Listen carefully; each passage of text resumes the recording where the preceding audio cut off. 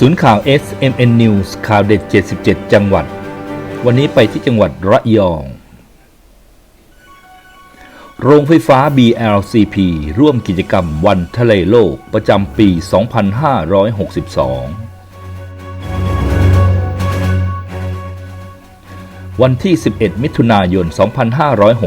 2562 คุณพงษ์ธนา นิโรภาส ผู้แทนโรงไฟฟ้า BLCP และพนักงานเข้าร่วมกิจกรรมวันทะเลโลกประจำปี 2562 จัดโดยสำนักงานบริหารจัดการทรัพยากรทางทะเลและชายฝั่งที่ 1 ณ ลานอเนกประสงค์หาดแหลมเจริญ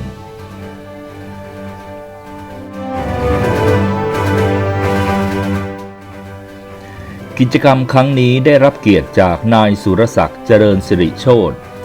ผู้ว่าราชการจังหวัดระยองเป็นประธานในพิธีภายในงานมีกิจกรรมปฏิญญาร่วมกันรักทะเลจากผู้แทนกลุ่มอนุรักษ์แม่น้ำระยองและป่าชายเลนร่วมกับภาคเอกชนมีนิทรรศการของหน่วยงานภาครัฐภาคเอกชนกิจกรรมทำซังเชือกกิจกรรมประกอบบ้านปลากิจกรรมปล่อยพันธุ์สัตว์น้ำและเต่าจำนวน20ตัวและร่วมกันทำความสะอาดเก็บขยะริมชายหาดเป็นระยะทางกว่า5กิโลเมตร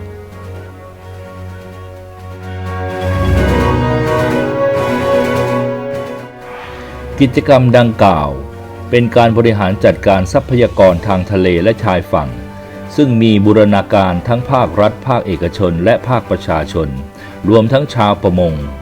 นับเป็นโครงการดีๆที่ได้ร่วมกันฟื้นฟูอนุรักษ์แม่น้ำลำคลองรวมทั้งทะเลซึ่งเป็นแหล่งอาหารเป็นแหล่งทรัพยากรของประชาชนชาวไทย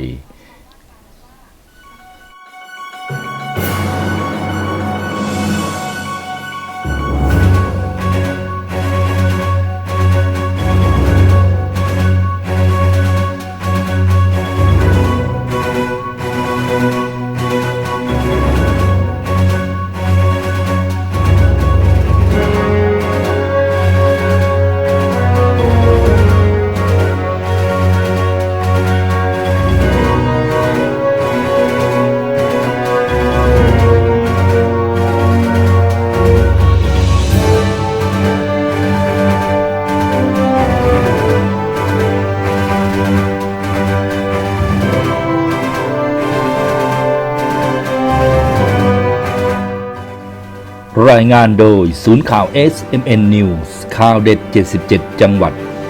โดยธีรวัฒน์ อินทิพันธ์จากจังหวัดระยอง